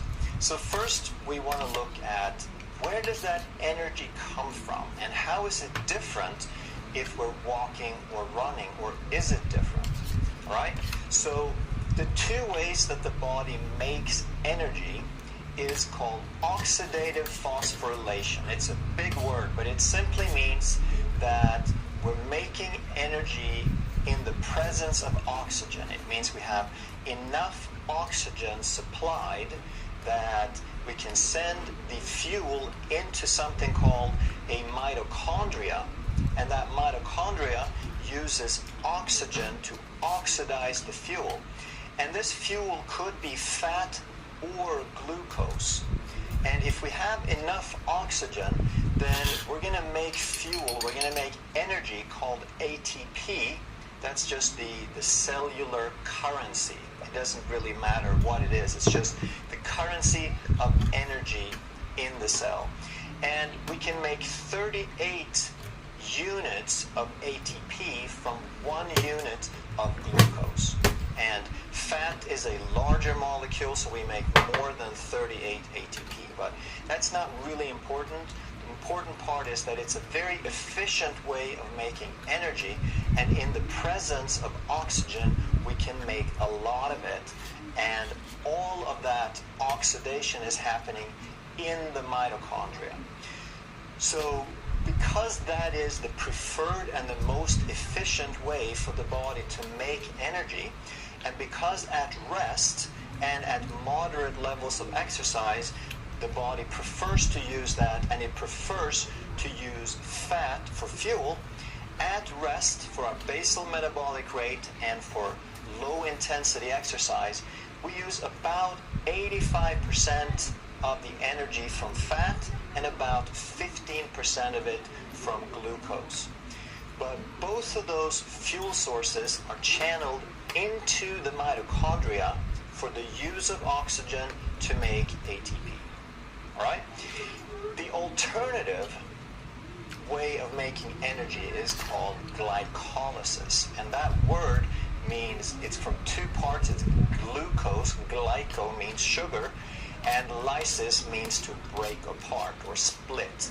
And that's exactly what it is. So when we don't have oxygen, when oxygen is not available, or when it's not available in sufficient quantities, when we're falling short, then the body relies on glycolysis. It starts splitting sugars, And this does not happen in the mitochondria. This is a separate mechanism. It happens inside the cell, in the cytoplasm, but outside the mitochondria. This is not very efficient at all. And we can only make 2 ATPs from 1 unit of glucose. So when we have oxygen, we can make 19 times more energy than when we don't have oxygen. So what this means is, this is an emergency way of making energy. It's super, super important for a crisis, such as when we don't have oxygen, or when we have to make a sprint, when there's an emergency, when we have to escape from something. Then we have a backup fuel, we have a backup method of making energy, but it's very inefficient. It costs us to make a certain amount of fuel. We have to use up a lot of glucose. 100% of this mechanism of this glycolysis comes from glucose, hence the name. Glycolysis, it's about sugar. It doesn't work for fat. So if you're planning to walk or run in order to burn fat and to lose weight, then we would want to understand, does this happen more during walking or running, or does that happen more? And what's the balance? How does that really work? When can we burn the most fat? Because ultimately that would be the goal. So there's something called aerobic metabolism. That means with air. And we're going to assume that when you're walking, that you're walking at an intensity where you're basically below 120 beats per minute of heart rate. Because at that heart rate, for most people, you're going to be breathing normally. You're not going to be huffing and puffing excessively. You're going to be breathing in and out in deep breaths, but at a steady rate, and you're not going to be huffing and puffing. What that means is you have enough oxygen. When you're not huffing and puffing, you're supplying enough oxygen to provide the mitochondria enough oxygen to stay with the oxidative phosphorylation without needing to get in to start splitting sugar. And because of that, the aerobic metabolism, aerobic exercise, which is all activity when you're less intense than huffing and puffing, you're going to burn the vast majority of your fuel from fat, especially if you're fat adapted. So if you're fat adapted, you're probably going to be somewhere in the neighborhood of 85% burned from fat and about 15% from glucose. But this is not glycolysis. This glucose is still going into the mitochondria for oxidation. As you increase your intensity, then that percentage, the glucose percentage, is going to go up just a little bit, but not a whole lot, because this is still mostly with oxygen. But as you cross over, as you cross into anaerobic and you start huffing and puffing, now there is no longer enough oxygen to provide the mitochondria with enough substrate, with enough oxygen to maintain this phosphorylation, this oxidative phosphorylation. So we can't rely on this exclusively anymore. So on top of this, the body will start breaking down glucose. It will start with glycolysis. It will start splitting sugar molecules. And again, because this is very inefficient, we're going to start using up a lot of carbohydrate rather quickly. So nothing is ever 0 or 100% in the body. There's always a mix of different pathways and different activities. But we can say for sure that if you're fat adapted and you're doing aerobic, you are in the vast majority of fuel provided from fat. But as you start huffing and puffing, now the glucose becomes dominant. So the intensity is going to determine how dominant it becomes, but pretty much as soon as you're huffing and puffing, you're going to be using more glucose, more carbohydrate than fat. So right here we want to start thinking that a lot of people think that, oh, well, you know, it's just about calories, that no pain, no gain. If I burn more calories, if I run faster, then I burn more fat. But that's not how it works, because you can't burn more fat than you can provide oxygen for. The only way to burn fat is with oxygen. So you can only burn fat up to the aerobic threshold.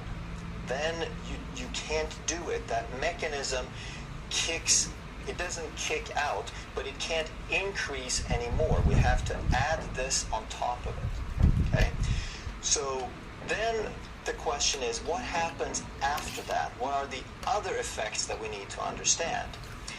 Well, one thing we want to keep in mind is, how long can you keep this up for?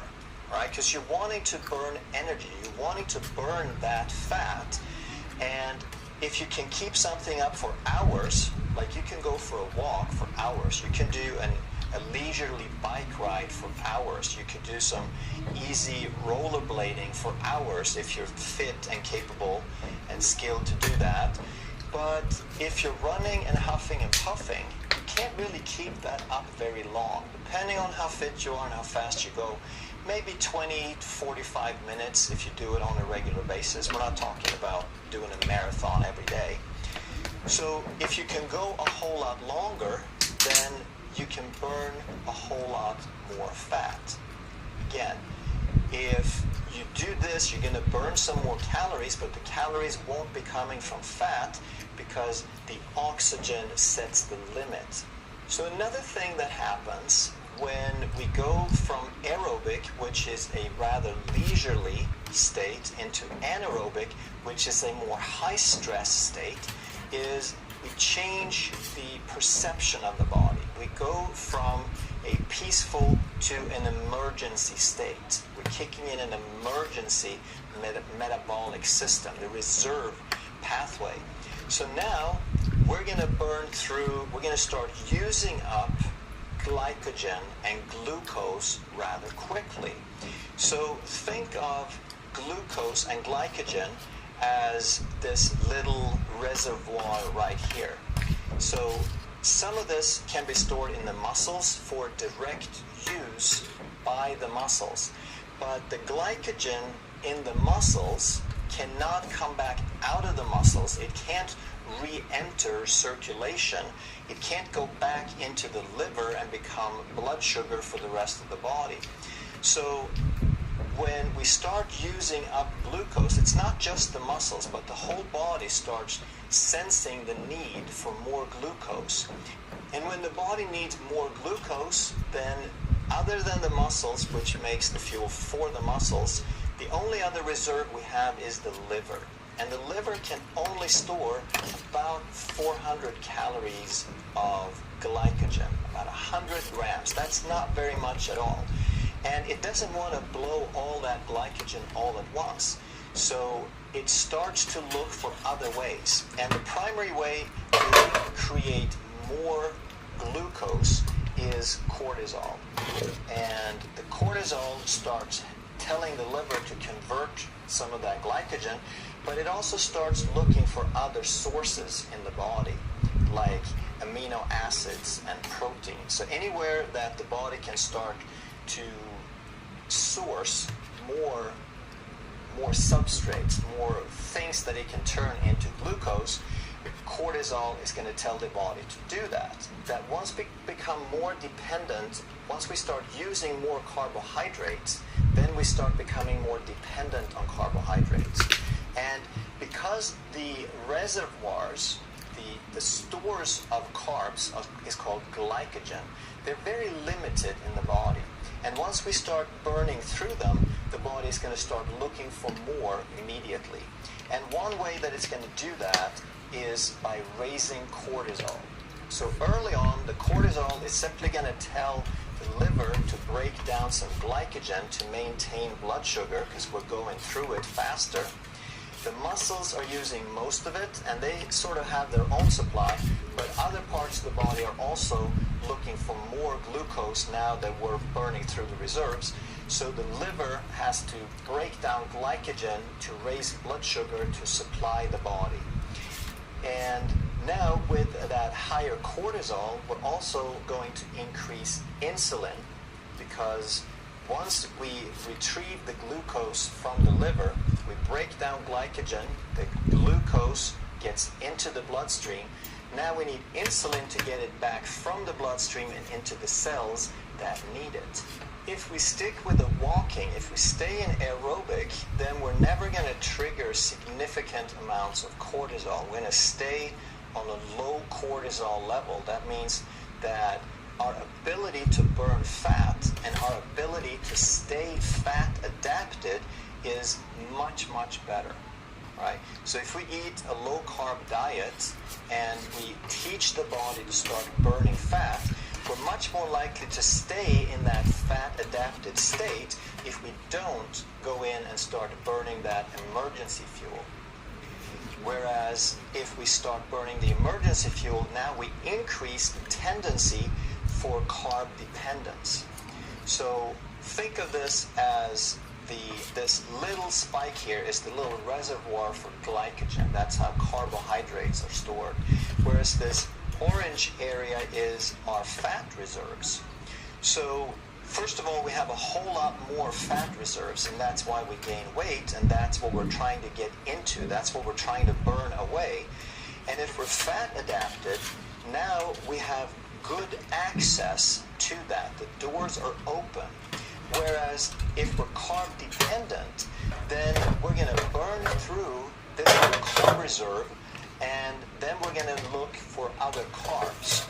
We're never really going to get significantly or predominantly into using the fat for fuel. So we'll burn through the carbs, and then because of the cortisol, because we stay carb dependent, now we burned up the stores, we're going to get hungry again, right? We're going to get cravings because the body says, hey, you know, this is an emergency. We used up the carbs and we're probably going to need more in the future. So let's make sure that we fill up so we keep this topped off for the next time an emergency comes around. Whereas if you're fat adapted, then there's no emergency. You got all this fuel to use up. There's no stress. There's no emergency there. So it's not just about how many calories you burn. It's how many calories are you going to eat. What's your tendency going to be for eating and having cravings afterwards? So with aerobic, you are probably, if you're fat adapted especially, you're probably not going to have any extra hunger. If you were fasting before and you go for a walk, you're probably not going to come back and be ravished. Whereas if you go for a run, if you get into this burning through carbs, then an hour after, you're probably going to be ravened. And if you watch some of my videos, you know that insulin is the main hormone that we're concerned with. Insulin is released, it's secreted, it's stimulated in response to blood sugar. So when we have high cortisol, when we exercise and trigger cortisol, that's going to raise blood sugar. So we're also going to raise insulin. And insulin, like we've talked